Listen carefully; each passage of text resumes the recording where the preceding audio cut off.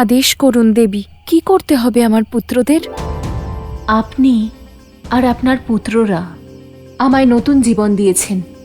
সীতা, আমি চাই আপনার পুত্ররা নিজের হাতে আমার এই তীরে একটা মন্দির বানাক। আপনার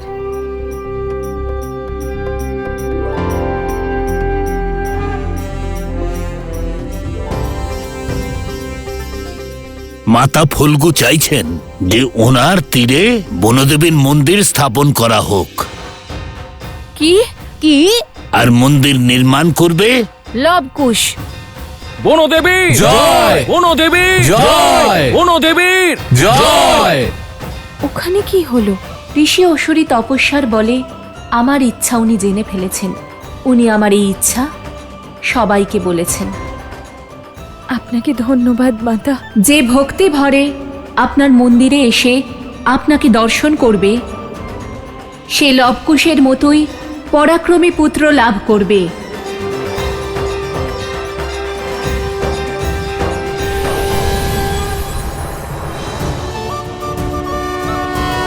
যদি আমরা এখন মন্দির বানাতে যাই তাহলে সোমকর্ণকে বাঁচাতে দেরি হয়ে যাবে।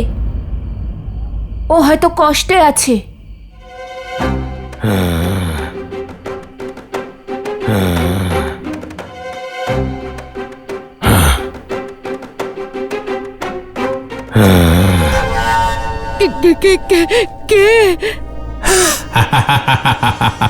নিজেরই নাসিকা গর্জনে ভয় পেলে?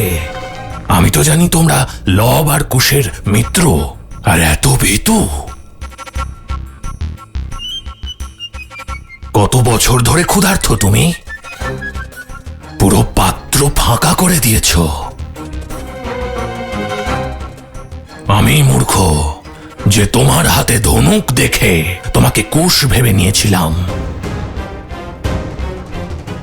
মনে তো হচ্ছে তোমাকে এক্ষুনি ভক্ষণ করি, কিন্তু রক্তকেতু নিজের উদ্দেশ্য পূরণ করার জন্য তোমায় ব্যবহার করতে চায়। রক্তকেতু? সেই মায়াবী অসুর যার রক্তক্ষরণের ফলে মৃত্যু হয় না, বরং নিজের রক্ত বৃদ্ধি করতে থাকে ও অপরের রক্তের ওপরেই বেঁচে থাকে। তার রক্তের এক এক বিন্দু শুষে নেয়। তোমার লবকুশের শক্তি সম্বন্ধে কোনো ধারণা নেই। ওরা যে কোনো পরিস্থিতির সাথে লড়াই করে আমাকে খুঁজে বের করবে। এটাই তো চায় রক্তকেতু। লব আর কুশ যেন তাকে খুঁজে পায়, এখানে আসে।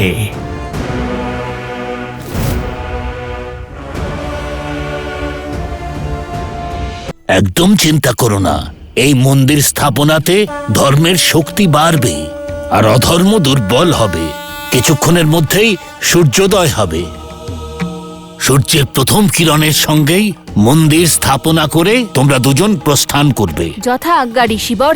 যথা আজ্ঞা ঋষিবর।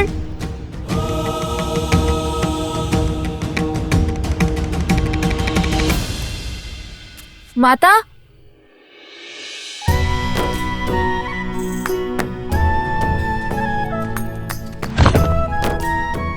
তুমি জানো মাতা, দেবী ফাল্গু আমাদের তোমার মন্দির বানানোর আদেশ দিয়েছেন। আদেশ নয়, সৌভাগ্য বলো দাদা।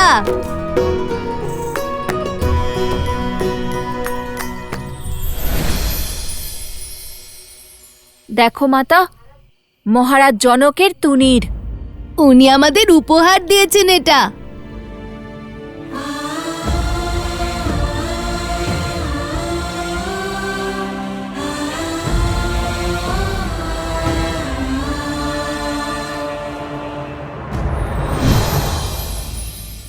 সোমকর্ণকে ফিরিয়ে আনার জন্য আমাদের সাহায্যার্থে উপহার দিয়েছেন উনি। সোমকর্ণ? কি হয়েছে ওর? মাতা, মকরাসুরের এক অসুর সৈনিক ওকে তুলে নিয়ে গেছে।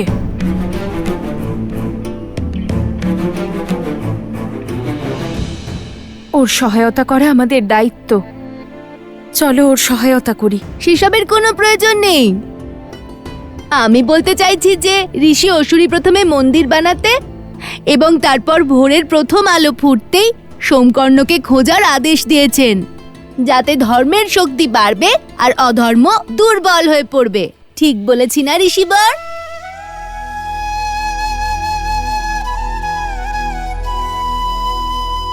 ঋষিবর সোমকর্ণ একদম চিন্তা করবেন না দেবী, লবকুশ সোমকর্ণকে অবশ্যই খুঁজে আনবে।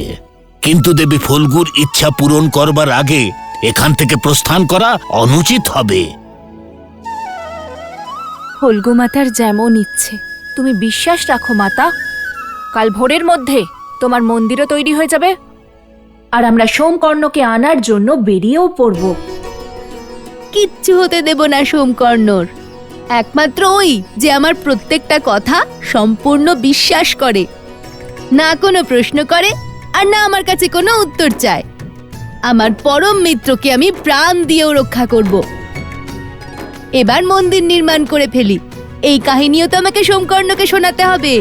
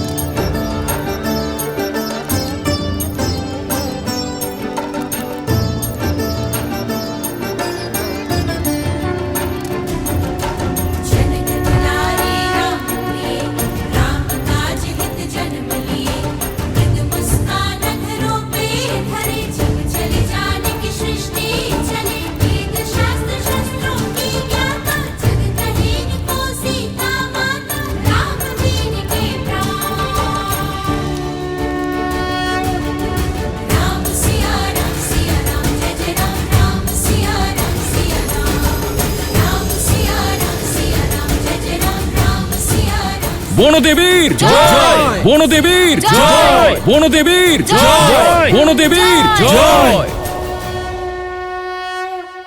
ঋষিবর, আমরা তো বনদেবীকে ধন্যবাদ জানিয়েছি, এবার ওনার পুত্রদের ধন্যবাদ দিতে হবে।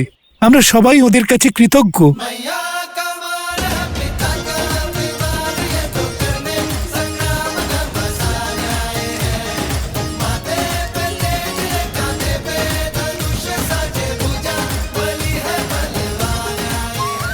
দেখলে দাদা, প্রথমে তুনির আর এখন একেবারে মন্দির। মাতা কি বলেছিলেন? যে ধর্মের পথে রোদও থাকে আর ছায়াও। বুঝেছি।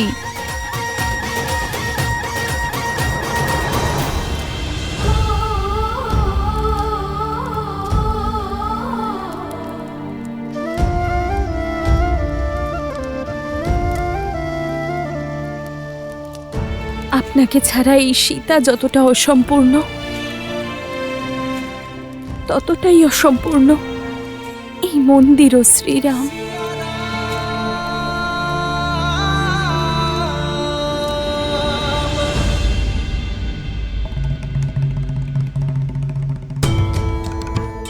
আপনার অশ্রু মুছে নিন দেবী। যখন কোনো মহাপুরুষ বা মহান আত্মার হৃদয়ে কোনো ইচ্ছে জাগ্রত হয়, তখন তার নিজের সৎকর্ম নয়, বরং তার পরিজনদের সৎকর্মও একসঙ্গে সেই ইচ্ছে পূরণ করার জন্য জোটবদ্ধ হয়। অর্থাৎ দেবী সীতার ইচ্ছা পূর্ণ হবে? কেন নয় দেবী? আগত সময়ে ফল্গু নদী এক তীর্থস্থান রূপে পরিচিত হবে, যেখানে সব ধার্মিক মানুষেরা আসবেন। আর কিছু বছর পরে বনদেবীর এই মন্দিরে শ্রীরামের এক মূর্তি স্থাপন হবে। আর ফল্গুর যেই স্থানে দেবী সীতা তপস্যা করেছিলেন, তা সীতাকুণ্ড নামে বিখ্যাত হবে। এখানে এলে পাপীদের পাপ ধুয়ে যাবে, আর তারপর তারা পবিত্র হয়ে উঠবেন। যেভাবে তপস্যা করে দেবী সীতা ফল্গুকে পবিত্র করেছেন। কিন্তু লবকুশের কি হবে? সবেমাত্র একটা বিপদ থেকে উদ্ধার পেল, আবার একটা বিপদ আসছে।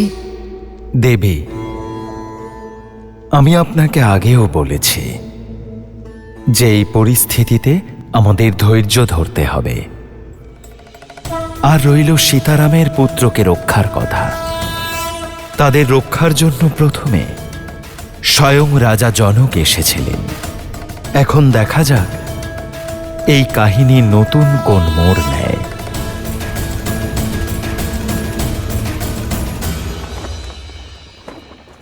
ক্ষমা করবেন প্রভু, আমার মনে হয় না যে ভ্রাতা ভরত আপনার এই আদেশ মেনে নেবেন। প্রভু, উনি প্রাণ দিয়ে দেবেন, কিন্তু আপনি থাকতে উনি অযোধ্যার সিংহাসনে কখনোই বসবেন না। ভরতকে মানতেই হবে হনুমান, কারণ এ তার দাদার অনুরোধ নয়। অযোধ্যার মহারাজের সংবাদ, ভরত অযোধ্যার সঙ্গে প্রতিবদ্ধ হবে। আমি স্বয়ং ওর রাজ্যাভিষেক করব।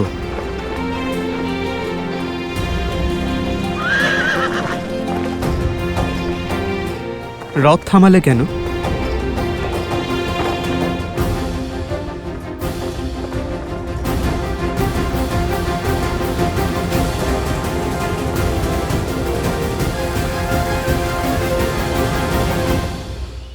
তুমি নিশ্চিন্তে ফিরে যাও মাতা, আর আমাদের জন্য চিন্তা করো না।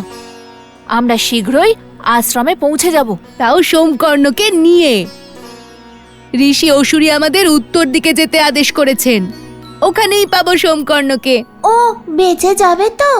কেন বাঁচবে না? ওকে যে ধরে নিয়ে গেছে সে মকরাসুরের একজন তুচ্ছ সেবক, আর আমরা মকরাসুরকে বধ করেছি। প্রাণ সংকট তো এবার ওর হবে। মূর্খ, তাই আমাদের মতো বীরদের সঙ্গে লড়াই করার দুঃসাহস দেখিয়েছে।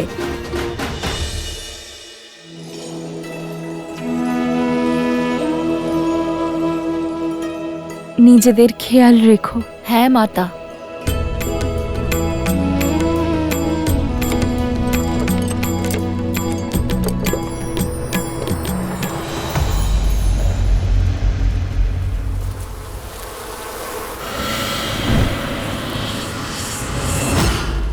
আমার সন্তান চন্দ্রবাহু, চন্দ্রবাহু,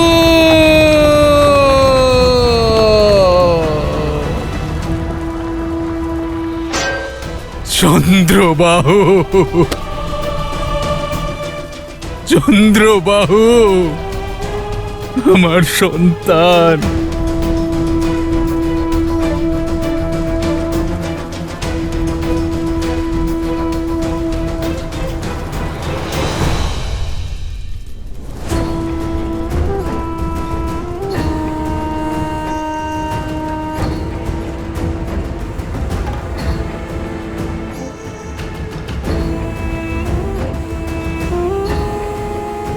তুমি অত্যন্ত প্রসন্ন হচ্ছ, তাই না? প্রসন্ন হচ্ছ নিজের স্বামীকে ছলনা করে, নিজের পত্নী ধর্ম থেকে বিমুখ হয়ে। আরে যার প্রাণ হরণ করলে তার জন্য বিলাপ করছো কেন? তুমি হত্যা করেছো আমার পুত্রের, তুমি। হ্যাঁ হ্যাঁ হ্যাঁ, আমি মেরেছি ওনাকে, আমি অপরাধী। আমি ওনাকে চোখ বন্ধ করে নিজের পিতাকে অনুসরণ করতে দিয়েছি, কখনো ওনাকে ধর্মের মূল্য বোঝাইনি, ন্যায় আর সত্যের দর্পণ দেখাইনি।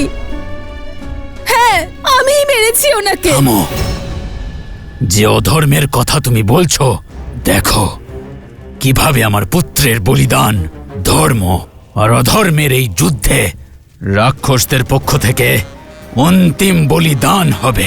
মূর্খামি করবেন না, অপমান করছি না আমি, আপনাকে সত্যটা বলছি। আপনি যাই করে নিন না কেন, আপনার পুত্র আর কোনোদিনও ফিরে আসবে না। আর ওনার আত্মার আপনার মিথ্যে অহংকার, ধর্মের পরাজয় আর ধর্মের জয় নিয়ে কিচ্ছু যায় আসে না।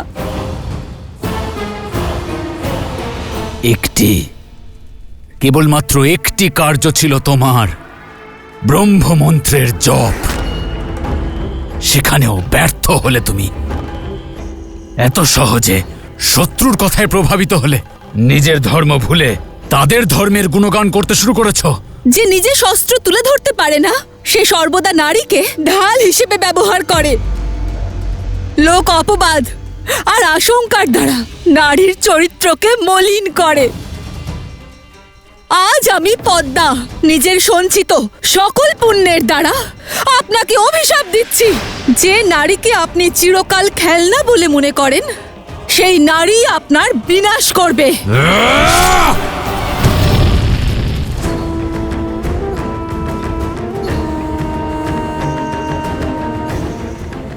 যে নারীকে আপনি চিরকাল খেলনা বলে মনে করেন, সেই নারী আপনার বিনাশ করবে।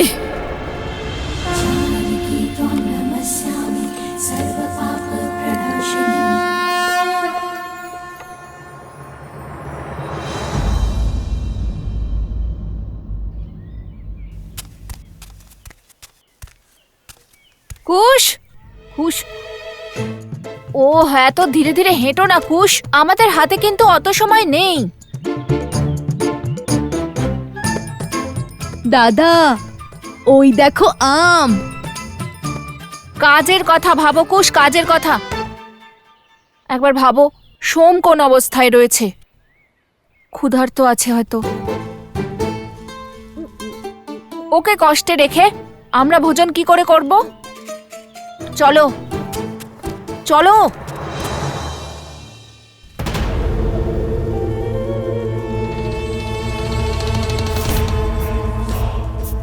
রক্তকেতু,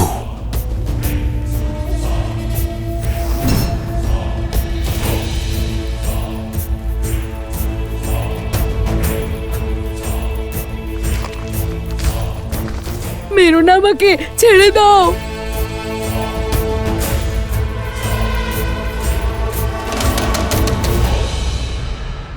মহারাজের জয় হোক। এ যজ্ঞ কিসের সুমন্ত্র? আপনার ভাই পিতৃযজ্ঞ করছেন। হঠাৎ এই পিতৃযজ্ঞ কেন? আর্য সুমন্ত, প্রভু যে প্রশ্ন করেছেন তার উত্তর দিন।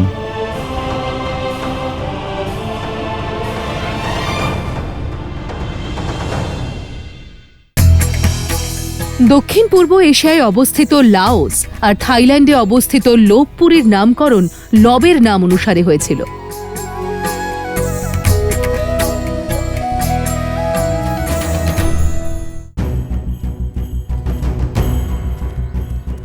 ওহো, মনে হয় ওই দিকে গেছে, কারণ অন্যদিকে তো শ্রীরামের রাজ্য বিস্তৃত রয়েছে। ও হয়তো ওই দিকেই গেছে। হয়তো নয় দাদা, গেছেই। কি? অসুররা নেকড়ের মতো হয়, দল বেঁধে ঘোরে। বল তো আমার ছিলই, তোমার সঙ্গে থেকে বুদ্ধিও নিপুণ হয়ে গেছে আমার। তাহলে হয়তো ওরা এমন কোনো রাজ্যে গেছে যেখানে অধর্ম বিরাজ করছে। তাহলে সেই রাজ্যের রাজাকে আমাদের হারাতে হবে দাদা। যখন ওই রাজ্য আমরা জয় করব, তখন ওই রাজ্যে তো আমাদের অধিকার হবে দাদা। কিন্তু আমরা তো ঋষি পুত্র, রাজকুমার নই। তাহলে রাজ্য নিয়ে কি করব? আমরা সেই রাজ্য শ্রীরামের চরণে অর্পণ করে দেব। চলো তাড়াতাড়ি যাওয়া যাক। এ তো অতি উত্তম বিচার দাদা, কিন্তু এখনো তো কোনো সংকেতই পেলাম না। দাদা, এটা তো সোমকর্ণর কুণ্ডল।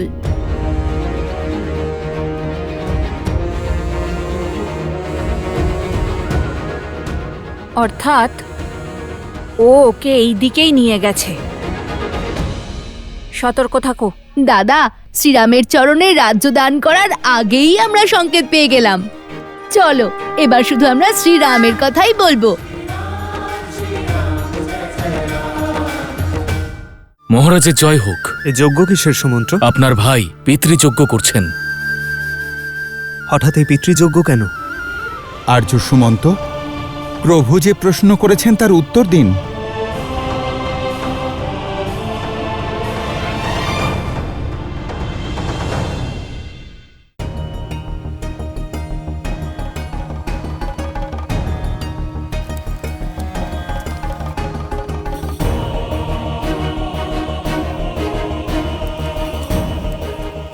মহারাজের জয় হোক।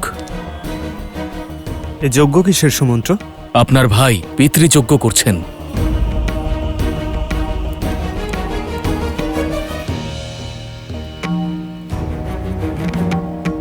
হঠাৎ এই পিতৃযজ্ঞ কেন? আর্য সুমন্ত্র, প্রভু যা প্রশ্ন করেছেন তার উত্তর দিন। আপনি যুদ্ধ থেকে ফিরে রাজকুমার ভরতকে রাজ্যভার সামলানোর দায়িত্ব দিয়েছিলেন, আর উনি রাজ আজ্ঞা অস্বীকার করতে পারবেন না, তাই উনি এই যজ্ঞ করছেন।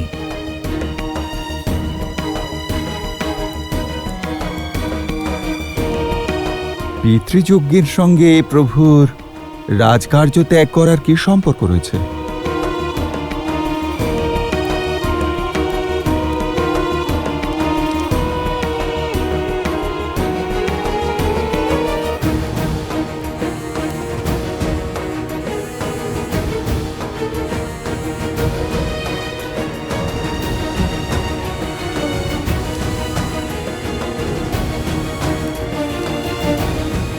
দাদা এসে গেছে, অন্তিম আহুতি শুরু করুন গুরুদেব।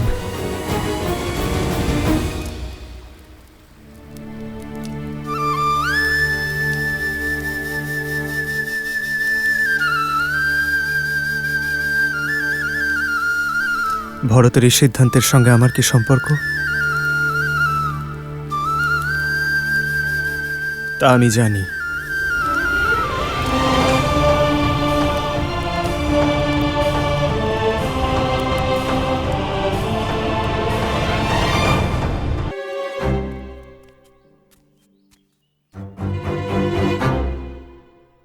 কি হলো? কোনো সংকেত পেলে নাকি? পেলাম, কিন্তু সংকেত নয়, প্রশ্ন। যদি এই যুদ্ধ জিতি তাহলে রাজ্য শ্রীরামের চরণে সমর্পণ করব, তাই না? হ্যাঁ, কিন্তু এত কঠিন কার্য আমরা করব কি করে? রাজ্যে অবস্থিত ঘর, বন, উপবন, নদী, গোশালা সবকিছু নিয়ে গিয়ে কি করে রাখবো শ্রীরামের চরণে? ঠিক আছে, ধরে নিলাম আমরা শ্রী হনুমানের মতো এই গোটা রাজ্যকে নিজেদের কাঁধে তুলেও নিলাম, তাও আমরা নিয়ে যাব কি করে? আর ধরে নাও যে কোনো উপায় নিয়েও গেলাম, তাহলে এই রাজ্যটাকে কি অযোধ্যার ওপরেই রেখে দেব? এই প্রশ্নটা শ্রীরামের জন্যই তুলে রাখো। হ্যাঁ, সেটাই বোধহয় উচিত হবে। বলে দেব যে আমরা প্রতিজ্ঞাবদ্ধ, আমরা তো রাজ্য নিয়ে এসেছি। এবার আপনিই বলুন, এই রাজ্যকে আপনার চরণে রাখবো নাকি আপনার চরণকে রাজ্যের ওপর? তুমি কি সত্যিই এত নির্বোধ? না, ক্ষুধা থেকে নিজের মনটাকে সরানোর জন্য কাহিনী বানাচ্ছি।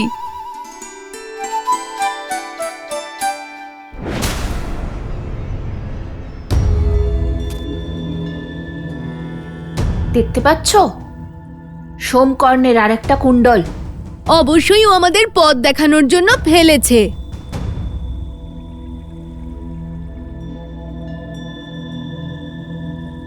কোষ, লব দাদা, তোমাদের ভুল হচ্ছে, আমি তো শুধুমাত্র একজন ঋষি কুমার। ভয় কেন পাচ্ছ? না আমি তোমাকে মারবো আর না খাবো। তোমরা মানুষদের খেয়ে ফেলো? একবার আমার দিকে মুখ তুলে তাকাও, তবেই না জানতে পারবে আমি কি কি খাই আর কি কি পান করি।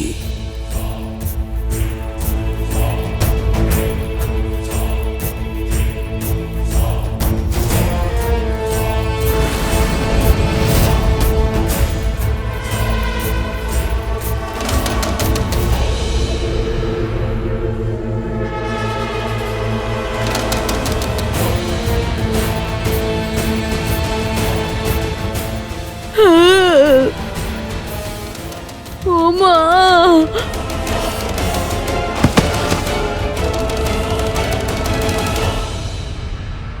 মহারাজ, সহস্রমুখ রাবণকে জানিয়েছ?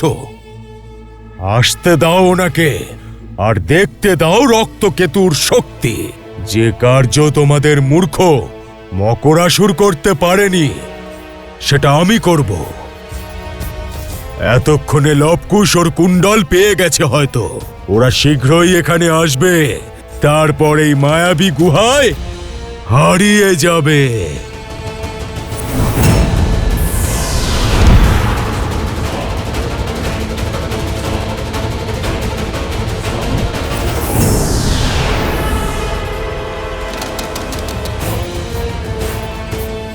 এই গুহাতে প্রবেশ সকলে নিজের ইচ্ছেতে করে, কিন্তু বাইরে যায় আমার ইচ্ছেতে।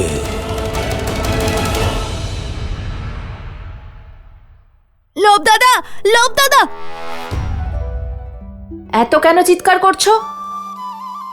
এই দেখো, এটা তো সোমকর্ণর বস্ত্র। আমরা সঠিক পথেই আছি, চলো। ওম পূর্ণমস্যে পূর্ণমাদায় পূর্ণমেবাবশিষ্যতে।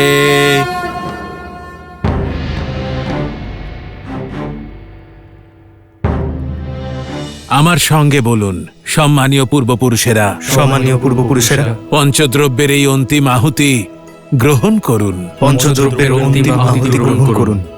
আমি এটি পবিত্র মনে সম্মান সহকারে আপনাদের অর্পণ করছি। আমি পবিত্র মন এবং সম্মানের সঙ্গে আপনাকে অর্পণ করছি। এটি গ্রহণ করুন। এটি গ্রহণ করুন। উনি এই দ্বিধায়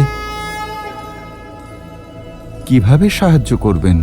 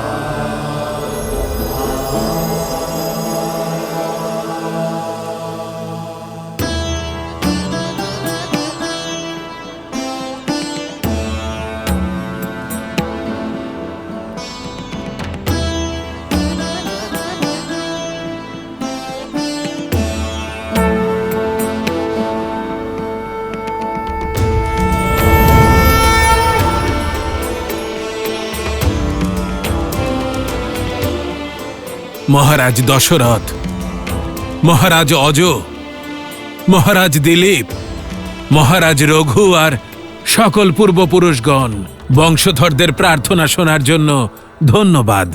আপনাদের কুলকে এখন আপনাদের পথ দেখানো প্রয়োজন। রাম,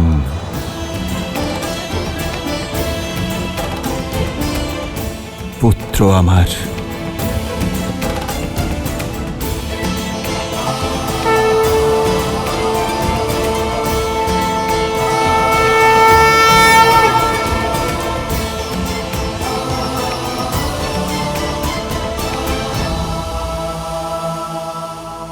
প্রণাম পিতা। আয়ুষ্মান হও পুত্র। আপনাদের সকলকেও আমার প্রণাম। তোমার দ্বিধার কারণ আমি জানি, আর ভরত, তোমার দ্বিধার কারণও জানি। আমি যা ভাবছি পিতা, তা সঠিক কিনা বলুন, আমাকে পরামর্শ দিন। এতে কোনো সন্দেহ নেই যে ভরত রাজ্যভার সামলানোর যোগ্য, আর ভরতের শাসনে অযোধ্যা শ্রেষ্ঠ রাজ্য হয়ে উঠতে পারে। কিন্তু এখন আর্যাবত্যে তাকে প্রয়োজন, যে অযোধ্যার সীমা পেরিয়ে গিয়ে সুদূর দক্ষিণ পর্যন্ত ধর্ম আর মর্যাদার প্রসার ঘটিয়েছে। যে বানর জাতিকে প্রশিক্ষণ দিয়ে এতটাই যোগ্য করে তুলেছিল যে তারা অধার্মিক রাক্ষস বধ করেছিল। আজ অযোধ্যার প্রয়োজন রয়েছে ধর্মের স্থাপনকারী রামকে, রাজ্যকে এগিয়ে নিয়ে যাওয়া এবং পূর্বপুরুষদের সদ্গতি দেওয়া এখন তোমার কর্তব্য রাম। যদি রাম আর তার পুত্র অযোধ্যার সিংহাসনে না বসে, তাহলে রঘুকুলের সম্মান আর আমার মান ধুলোয় মিশে যাবে।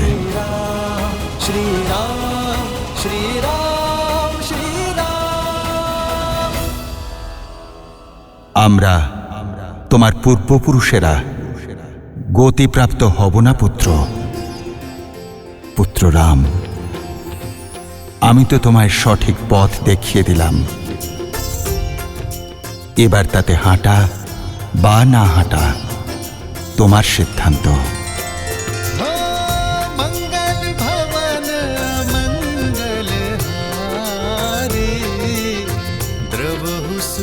আয়ুষ্মান হও পুত্র। ধর্মের জয় হোক, সূর্য বংশের জয় হোক।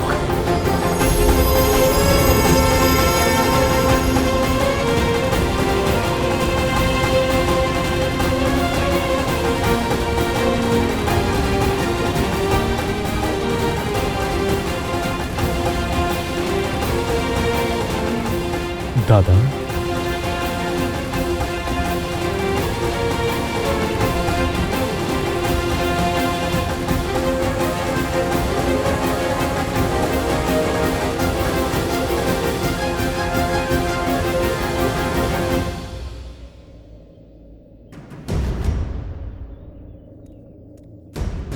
এত দূর তো নিয়ে এলো সোম, এরপরও কি ফেলেছে?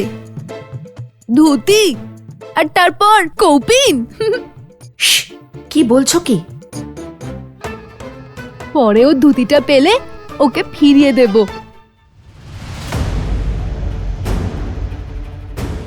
কুশ, চলো।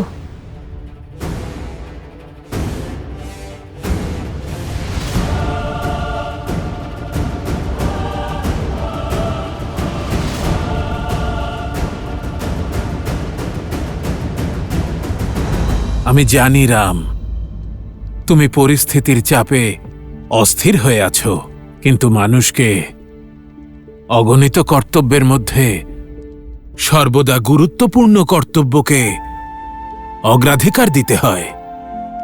সর্বাধিক আবশ্যক দায়িত্বই আগে পালন করা উচিত। এই পিতৃযজ্ঞ করে ভরত আমাকে আমার কর্তব্য মনে করিয়ে দিয়েছে আচার্য। মানুষের প্রত্যেক কর্তব্য পুত্র শব্দেই লুকিয়ে আছে। যে পুত্র তার পূর্বপুরুষদের পু নামক ভয়ানক নরক থেকে উদ্ধার না করে, সে পুত্রের জীবন অসম্পূর্ণ। সেই অসম্পূর্ণ জীবনকে পূর্ণ করতে তোমার দ্বিতীয়বার বিবাহ আবশ্যক।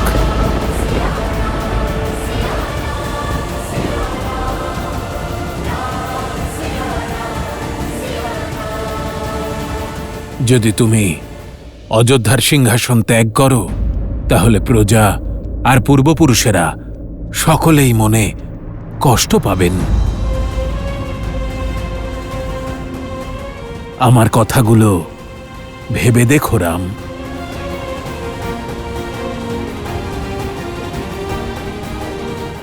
যথাজ্ঞা।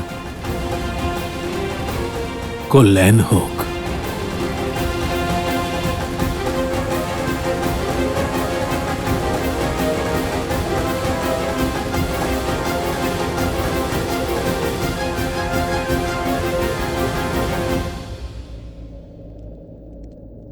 প্রভু, সংসারের উদ্ধারকর্তা প্রভু শ্রীরাম স্বয়ং আজ কোন ধর্ম সংকটে পড়েছেন?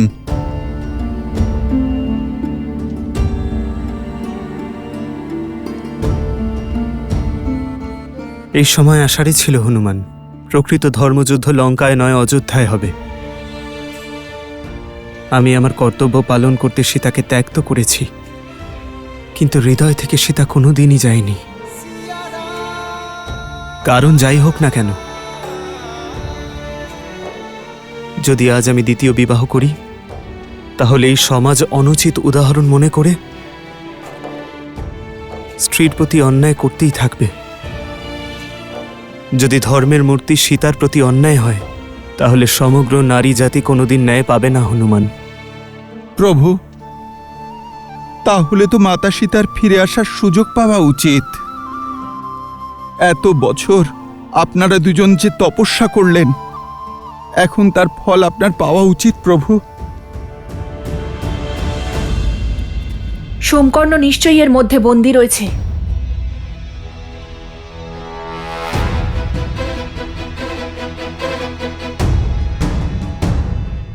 প্রভু,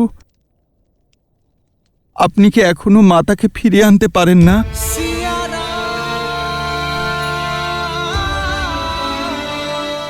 এখনো আসরিক চিন্তাধারা জীবিত আছে হনুমান। অধর্মকে নির্মূল করা বাকি আছে। আমাদের ছোট্ট ভুল লোক অপবাদের আগুনে ঘি ঢালতে পারে।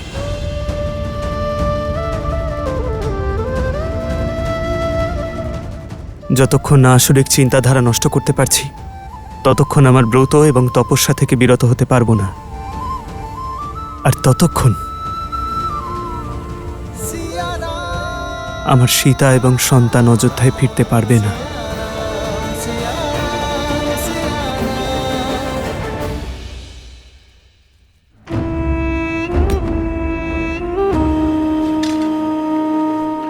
চাটুকারিতা করে 4 পাও এগোতে পারবে না। ওঠো, ক্রোধিত করো না আমাকে। সিংহের বদলে ছাগ তুলে নিয়ে এসেছ মূর্খ। ভুল তো হয়েছে, তারপর ভাবলাম নিয়েই যখন এসেছি তখন ওদের কাছে পৌঁছানোর পথ বানিয়ে নি। অদ্ভুত। এবার একটু মকরাসুরের পরিকল্পনা মনে করাও আমাকে। চুপ করে আছো কেন, বলো। ওই সীতাকে বন্দি করে রেখে লব আর কুশকে আমরা আহ্বান করব। এটাই তো সমস্যা অসুরদের। অহংকারে পরিপূর্ণ হয়ে বুদ্ধির প্রয়োগ করতেই ভুলে যায়, বিবেকহীনের মতো আচরণ করে। থামুন, আমি কিন্তু কোনো সাধারণ অসুর নই যে সংসার থেকে দূরে নদীর তলায় নিজের জীবন কাটাবে। আমি রক্তকেতু, যে আজকে এই বালকদের সংহার করবে আর আপনার ভ্রম ভঙ্গ করবে। এই মায়াবী গুহায় একবার প্রবেশ করলে আর কোনোদিনও বেরোতে পারবে না ওরা দুজন। আর এই গুহাকে কোনো দৈব অস্ত্র ছাড়া ভেদ করা অসম্ভব। শত্রুর ওপর প্রহার করার পূর্বে তার পরিচয় জেনে নেওয়া আবশ্যক। রক্তকেতু,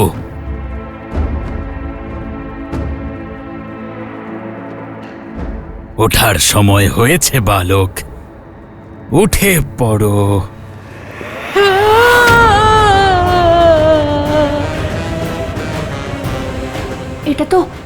এটা তো সোমকর্ণের গলার স্বর। কুশ, ও নিশ্চয়ই এর মধ্যেই আছে। তুমি ওইদিকে গিয়ে দেখো, আর হ্যাঁ, শুধু সংকেতের মাধ্যমে কথা বলো।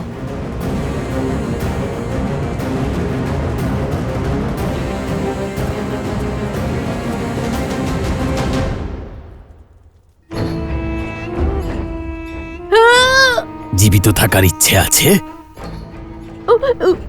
তাহলে শোনো, তোমার যে ওই 2 মিত্র আছে, লব আর কুশ, তুমি কি জানো যে ওরা কারা? ওরা বনদেবীর পুত্র। আরে বনদেবীকে লবকুশের মাতা। কেবল লবকুশের মাতা নন, মূর্খ বালক, শ্রীরামের অর্ধাঙ্গিনী, অযোধ্যার মহারানী তিনি। উনি হলেন সীতা। সীতা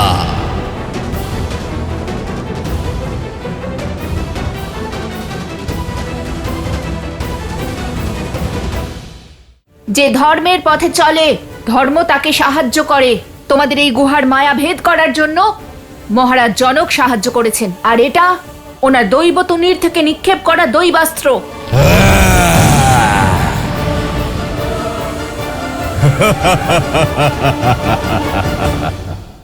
এবার যদি আমার কথা শোনো, তাহলে তুমি জীবিত থাকবে, না হলে না না না না না না। তাহলে যা বলবো তা শুনবে তো?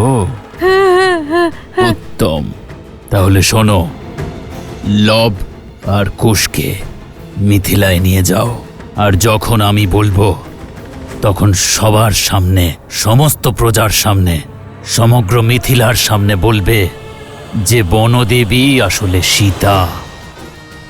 আমার আদেশে এই সত্য সকলের সামনে উন্মোচন করবে, না হলে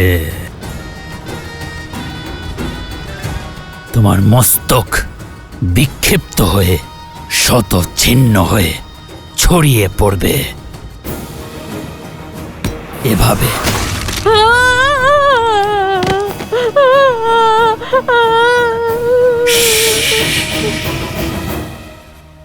চিৎকার করো না। শুম্ভকর্ণ, যাও, তুমি মুক্ত। যেটা বললাম সেটা মনে রাখবে। যাও।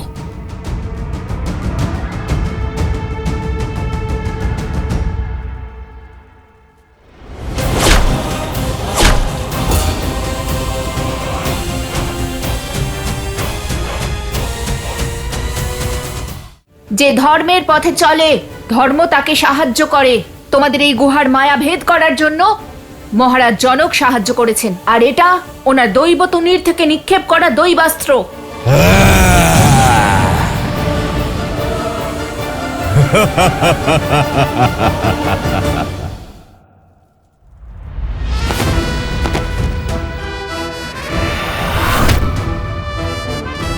চিন্তিত হয়ো না সোমকর্ণ, আমরা এসে গেছি।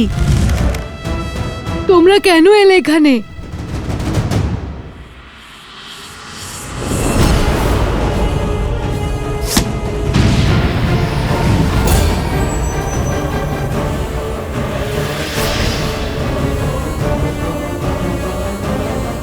আমার গুহাতে প্রবেশ করেছো, এটা কি করে সম্ভব? যে ধর্মের পথে চলে, ধর্ম তাকে সাহায্য করে। তোমাদের এই গুহার মায়া ভেদ করার জন্য মহারাজ জনক সাহায্য করেছেন, আর এটা ওনার দৈব তুনির থেকে নিক্ষেপ করা দৈবাস্ত্র।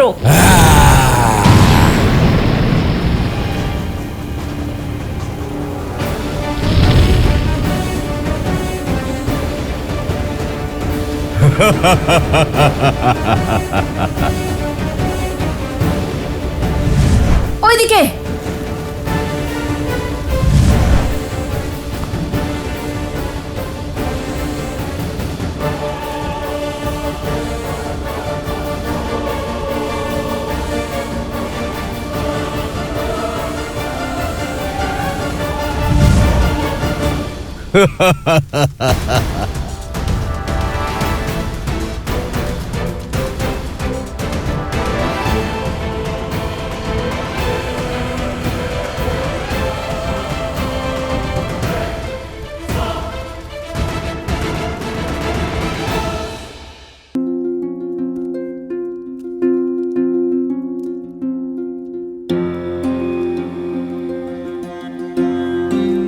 আর্য, আমাদের পুত্রেরা একেবারে সেই রকম সংস্কার পেয়েছে যেমন আপনি চেয়েছিলেন। রঘুকুলের এই উত্তরাধিকারী রঘুবংশের সম্মান বৃদ্ধি করতে সক্ষম হবে আর্য।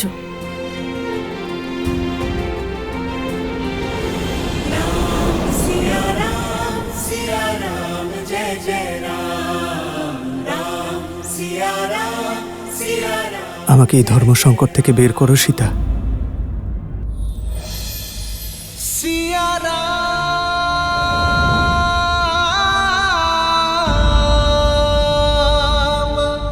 প্রকৃতি সূর্যের জন্য অপেক্ষা করছে। সেই একটি কিরণ যার প্রকাশেই চারিদিক আলোকিত হয়ে ওঠে, আশাহত মনে আশার আলো জাগায়। সীতা, আপনি আমার সেই সূর্য আর্য।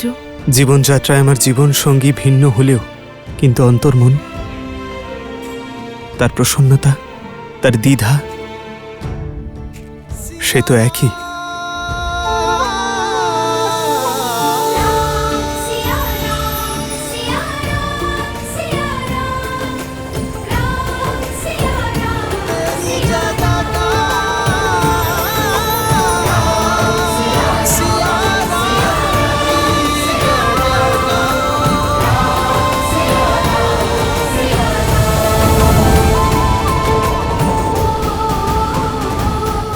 কিভাবে কিভাবে ভুলে গেলাম আমি সীতা? যে আমাদের দুটি দেহ আলাদা, কিন্তু আমাদের মন তো এক।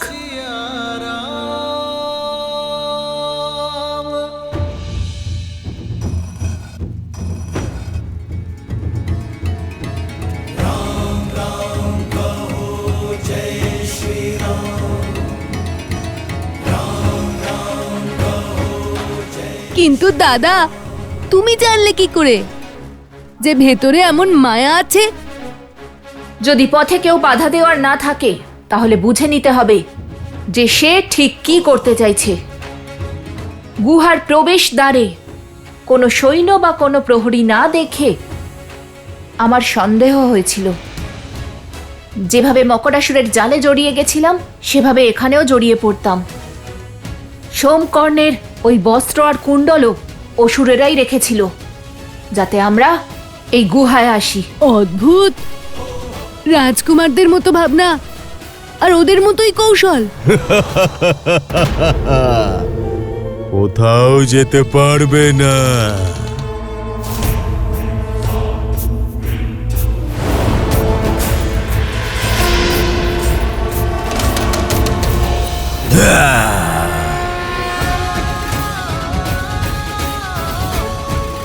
রাম নামের সম্মুখে কোনো আসুরিক শক্তি টিকতে পারবে না।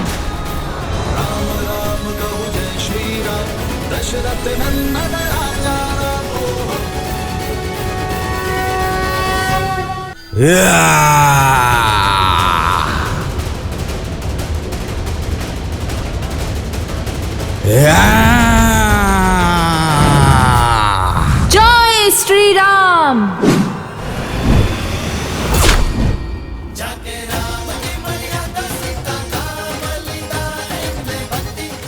অদ্ভুত দাদা।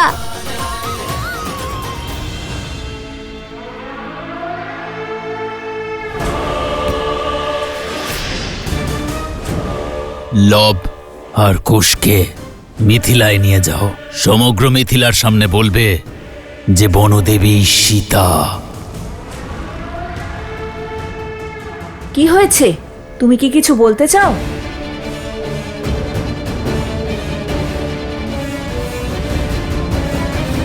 না না, তাহলে চলো এবার। অত্যন্ত ক্ষুধার্ত আমি। চলো।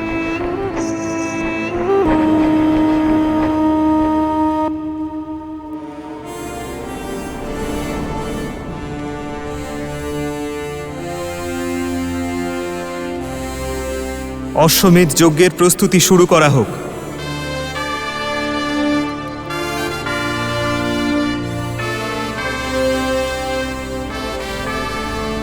আমি আমার স্ত্রীর সঙ্গেই যজ্ঞে বসব।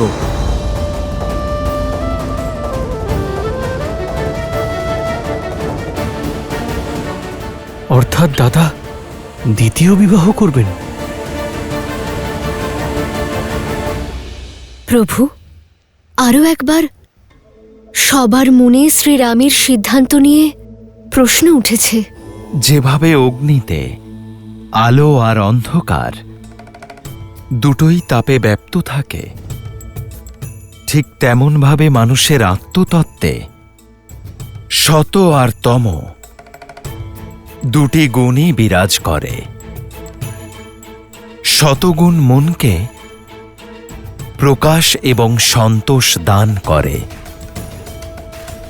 আবার অন্যদিকে তমগুণ অন্ধকার আর অসন্তোষের জন্ম দেয়। যেভাবে অগ্নি স্বভাবে চঞ্চল হয় আর বায়ুর সামান্য সঞ্চারে ছড়িয়ে পড়ে, ঠিক সেভাবে মানুষের আত্মতত্ত্ব অর্থাৎ তার মনও সর্বদা চঞ্চল থাকে, আর তৃপ্তি ও অতৃপ্তি, সন্তোষ আর অসন্তোষের মাঝে দুলতে থাকে। কিন্তু সমাজে স্থিরতা আনার জন্য কোনো একটা উপায় তো থাকবে মহাদেব। এই সমাজ তখনই স্থির হবে দেবী, যখন শ্রীরামের স্মরণকে পূর্ণভাবে স্বীকার করবে, যখন শ্রীরামের প্রতিটি সিদ্ধান্তকে নিজের সত্য, নিজের ধর্ম বলে মেনে নেবে। কিন্তু সেই সময় এখনো আসেনি। আপনি দেখছেন না যখনই নগরবাসী এই সংবাদ শুনল যে তাদের অযোধ্যা নগরীতে অশ্বমেধ যজ্ঞের আয়োজন চলছে, যেখানে রাজা শ্রীরাম তাঁর পত্নীর সঙ্গে যজ্ঞে বসতে চলেছেন, তখন মুহূর্তের মধ্যেই কত কথাই না ছড়িয়ে পড়ল।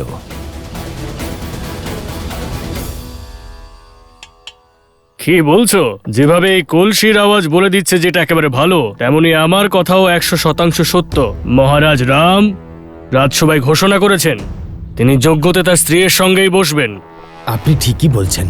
মনে হচ্ছে রাজকুমাররা মহারাজকে দ্বিতীয় বিবাহের জন্য রাজি করিয়ে নিয়েছে। একদিক দিয়ে ভালোই হয়েছে। সমাজে স্ত্রী ছাড়া সংসার হয় না, আর না মহারানী ছাড়া রাজ্য। সঠিক বলেছ। এই নাও বন্ধু।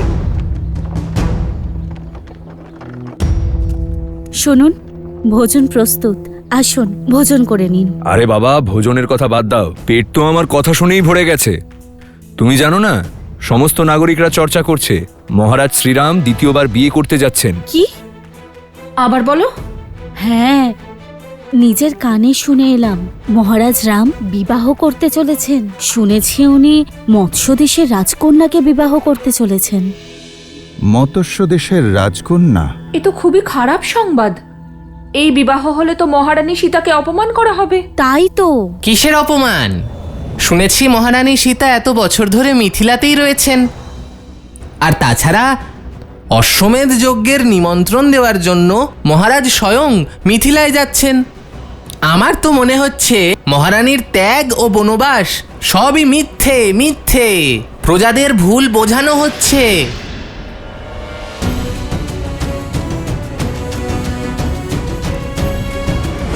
তোমার ভাবনার মতন তোমার মিষ্টান্ন ভ্রষ্ট।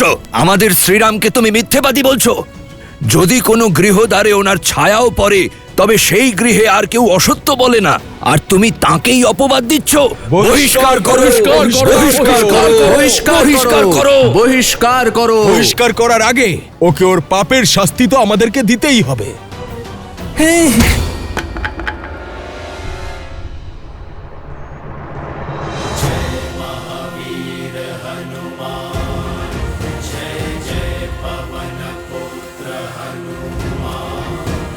কি ব্যাপার? আগে লোকে অপবাদ দিচ্ছিল, এখন সেটা হিংসায় পৌঁছে গেছে। এবার থামো। বাদ বিবাদ ঠিক আছে, কিন্তু রাম রাজ্যে হিংসার কোনো স্থান নেই। তা সে যদি প্রভু শ্রীরামের সমর্থকও হন, তাও প্রভুর পথ তো ন্যায় আর ধর্মের পথ। তাহলে এই কারণ সংকটমোচন হনুমানের মুখে সংকটের ভাবের। প্রভু, আমি জানি যে আপনি আমাকে ছদ্মবেশে প্রজাদের মধ্যে এই জন্য পাঠিয়েছিলেন, যাতে সমাজে হওয়া প্রত্যেকটি কথা কোনো রকম আবরণ ছাড়াই আপনার কাছে পৌঁছয় প্রভু। কিন্তু তুমি এই কার্য আবারও করতে চাও না।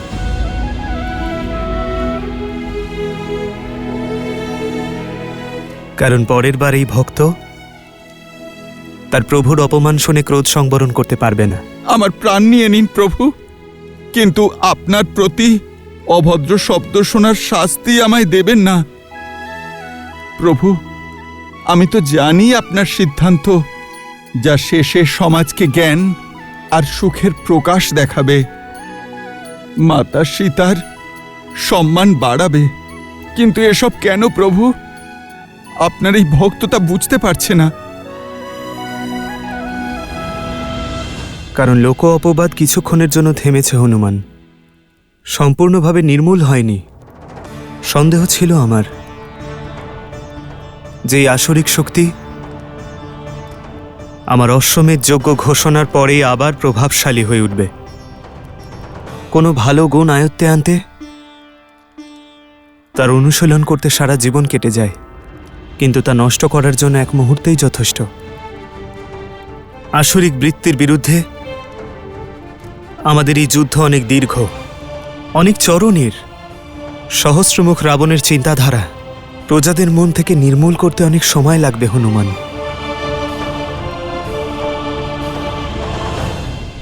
অত্যন্ত শুভ সংবাদ নিয়ে এসেছ বানাসুর। অশ্বমেধ যজ্ঞে রাম তার স্ত্রীকে পাশে নিয়ে বসতে চায়, সেই সংবাদের ব্যবহার আমরা তার বিরুদ্ধেই করব। অপবাদের যে আগুন নিমজ্জিত হয়েছিল, মানুষ তাকে আবার জ্বালাবে। তুমি তোমার কার্যে লিপ্ত থাকো। আজ্ঞে মহারাজ। আর আমি সমগ্র অযোধ্যাকে এই বিশ্বাস দেব যে তাদের নররূপী নারায়ণ রাজা রাম কেবল একজন ধূর্ত রাজনেতা। সীতারাম। আর সকলে তোমার মতো নিঃস্বার্থ এবং পবিত্র তো হয় না হনুমান, যার ওপর বিকার প্রভাব ফেলে না। মানুষের মন খুব চঞ্চল হয় হনুমান। যেভাবে গর্ভে ঘুমিয়ে থাকা শিশুর লাথি মাতা আনন্দের সঙ্গে সহ্য করেন, সেভাবেই প্রজা ভুল করলে একজন রাজার তাতে ক্রোধিত হবার অধিকার নেই। এই অশ্বমেধ যজ্ঞ আমার প্রসিদ্ধির জন্য নয়, অযোধ্যার কল্যাণের জন্য। আমাদের অসুর এবং আসরিক শক্তিকে এখান থেকে তাড়াতে হবে। এই যজ্ঞ সম্পূর্ণ হলে কোনো অসুর বা আসরিক শক্তি অযোধ্যায় লুকিয়ে বসে থাকতে পারবে না।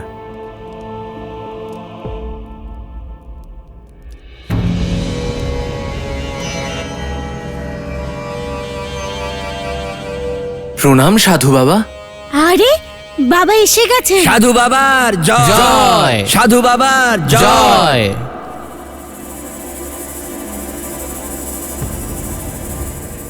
অপবাদের যে আগুন নিমজ্জিত হয়েছিল, মানুষ তাকে আবার জ্বালাবে। তুমি তোমার কার্যে লিপ্ত থাকো। ধর্মধারী রাম পূজারী বানা বাবার জয়।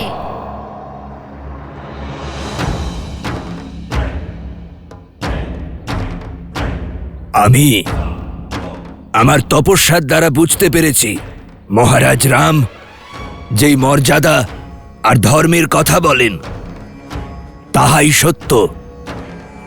ধর্মের পথে অনেক অসত্য শোনা যায়, দেখা যায়।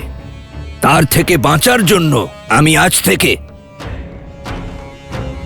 এই আবরণ ধারণ করে সকল স্থানে যাব। রামরাজ্যের হিত শ্রীরামের বলা কথায় আছে। আমরা সকলে শ্রীরামের পূজা করি, কারণ উনি ধর্মের জন্য নিজের স্ত্রীকে পর্যন্ত ত্যাগ করেছেন। কিন্তু যদি মহারাজ ওই ত্যাগ করা সীতাকে আবার অযোধ্যায় নিয়ে আসেন, তবে সেটা ত্যাগ নয়, ছলনা হবে। এখন অযোধ্যায় ওই ত্যাগ করা সীতার জন্য কোনো স্থান নেই।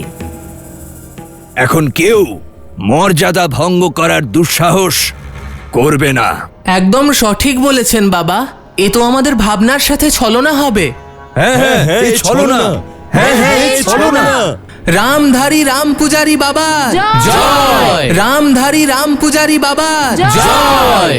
রামধারী রাম পূজারী বাবা জয়। আসুন সবাই বাবার আশীর্বাদ গ্রহণ করুন। জয়।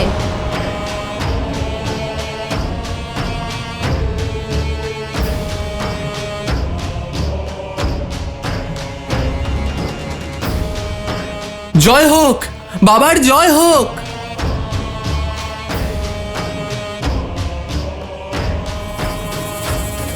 বাবার জয় হোক, বাবার জয় হোক। বাবার জয় হোক, বাবার জয় হোক, জয় হোক বাবার। এবার পরবর্তী পদক্ষেপ কি মহারাজ?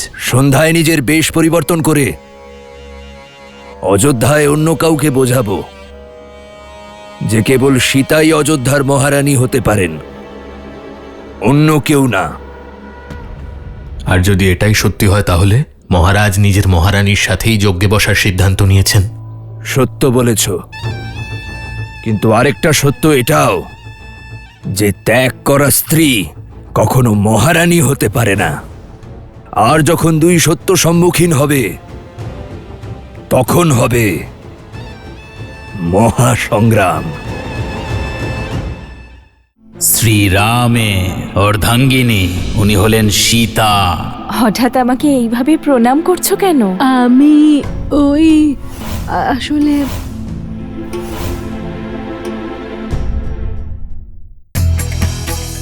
ভরত পুত্র পুষ্কলার বিবাহ হয়েছিল কান্তিমতির সঙ্গে। নিজের শাসনকালে পুষ্কলা বহু সম্রাটের সঙ্গে যুদ্ধ করে তাদের পরাস্ত করেন।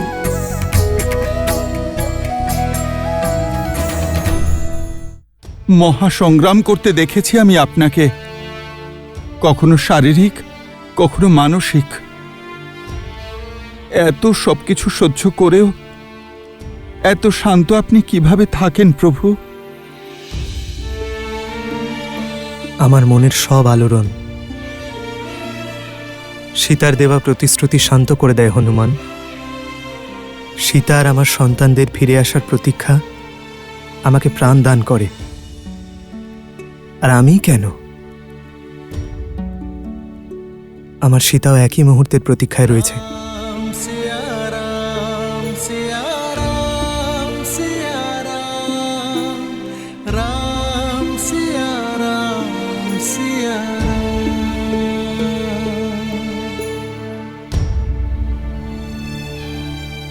চিন্তা করবেন না বনদেবী, লবকুশ এলো বলে। জানি, কিন্তু দিন যত সমাপ্ত হয়ে আসছে মনও ব্যাকুল হয়ে উঠছে। লবকুশ এসে গেছে, লবকুশ এসে গেছে, লবকুশ এসে গেছে, লবকুশ এসে গেছে, লবকুশ এসে গেছে।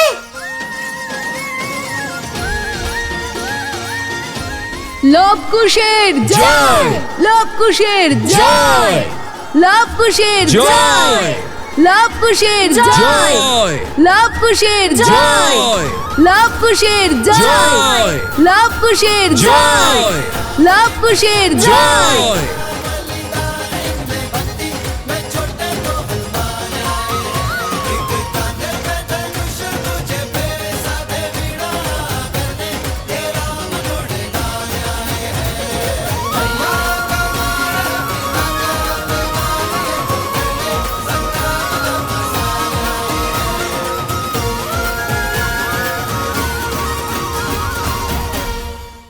মিথিলায় ধনুর্বিদ্যার একটা অনেক বড় প্রতিযোগিতা শুরু হচ্ছে। গুরুদেব বলেছেন তোমরা দুজন অবশ্যই ওই প্রতিযোগিতায় অংশগ্রহণ করবে।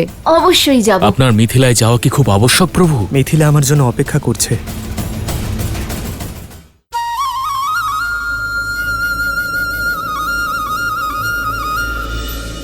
শ্রীরামের অর্ধাঙ্গিনী, তিনি হলেন সীতা। সীতা, তুমি ঠিক আছো তো সোমকর্ণ?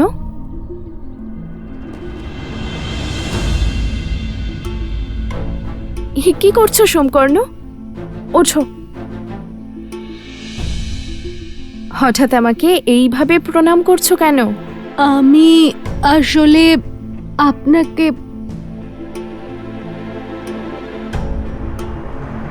ওহো, যখন থেকে ওই অসুরদের সঙ্গে থেকে এসেছে মনে হচ্ছে ওর মস্তিষ্ক আর নিজের নয়, ওদের নিয়ন্ত্রণেই আছে।